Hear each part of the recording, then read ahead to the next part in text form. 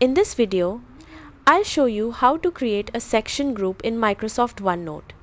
Section groups are perfect when your notebook starts to feel cluttered because they work like folders that hold multiple sections together.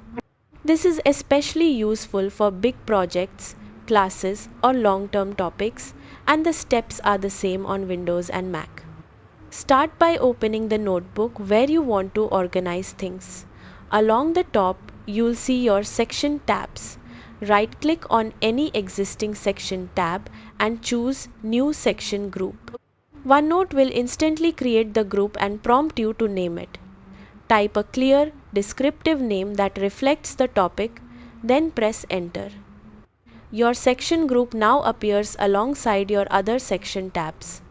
Click the section group to open it. Inside, you can add new sections just like normal. When a section group is open, OneNote focuses only on what's inside that group, hiding the rest of the notebook. This makes it much easier to work without distractions in large notebooks. If you already have sections you want to organize, simply drag and drop them onto the Section Group tab. The sections will move into the group with all their pages intact, not duplicated, just neatly reorganized.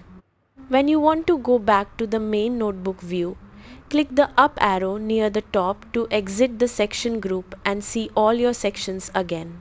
That's it. Create a section group, name it, open it, and move your sections inside.